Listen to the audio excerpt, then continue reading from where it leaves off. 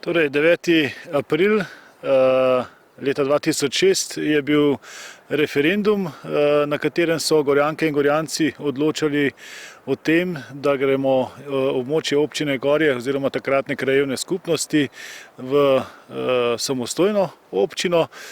No in 9. aprila 2006 so Gorjanke in Gorjanci pritrdile, da gremo samostojno pot, in leto 2007 je bilo prvo proračunsko leto in pod leta 2007 v primerjavi s preteklo občino Bled, ko smo bili še kot krajevna skupnost Gorje pod občino Bled, lahko rečem, da v enem letu investiramo več kot prej v 20 letih pod občino Bled v naše območje občine Gorje. Zato so se pravzaprav upravičeno tudi občanke in občani občine Gorje 9. aprila 2006 odločili za samostojno pot.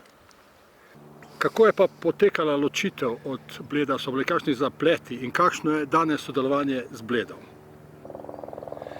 Na prvi mandat občine Gorje, torej prvo proračunsko leto 2007, je bilo zelo zanimivo.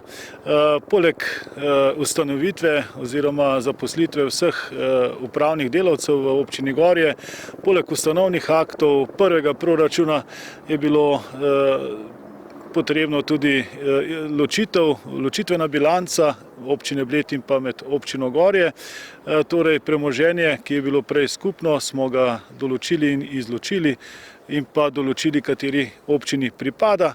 To je bilo kar veliko aktivnosti, tako na naši kot na blejski strani. Moram pa reči, da kljub temu, da smo se izločili iz občine Bled, z občino Bled odlično sodelujemo, pa ne samo z občino Bled, sodelujemo tudi z vsemi zgornjegorenjskimi občinami, ki imamo skupaj tudi ustanovljene skupne občinske službe. Skratka, ta ločitev ni povzročila nekih travm ali nekih nesporazumov z Bledom? Ta izločitev ni povzročila nekih travm, pravzaprav je povzročila še mnogo več razmišljanja in pa spoprijeli smo se z izzivi, ki so nas že v preteklosti tarle, pa nas tudi, bom rekel, v sedanjosti.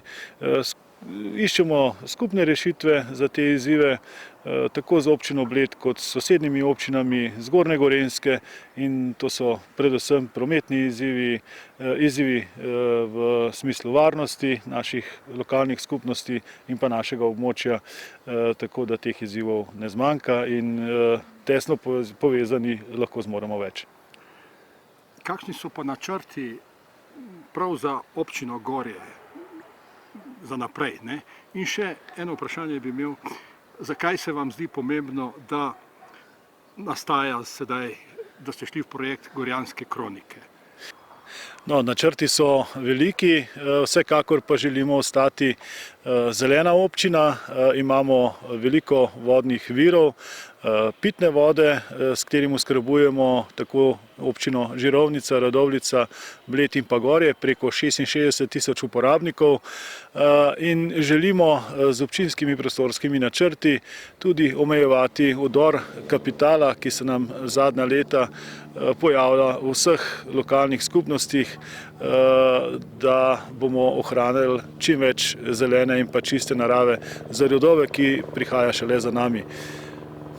Zato, da smo se odločili za ta lep, bogat projekt, to je kronika občine Gorje, pa smo se odločili predvsem zato, ker imamo radi občino Gorje, ker menimo, da je občina Gorje ena izmed najlepših krajev na svetu, smo v raju pod Triglavom in zato je še posebej pomembno, da so zgodovinska dejstva zapisana tako, kot morajo biti, da bo nastal dokument, ki bo kvaliteten dokument in bo temeljil tudi na zgodovinskih dejstvih in podlagah, iz katerega se bomo lahko še bolje spoznali z našim najlepšim krajem, rajem pod Triglavom, občino Gorje.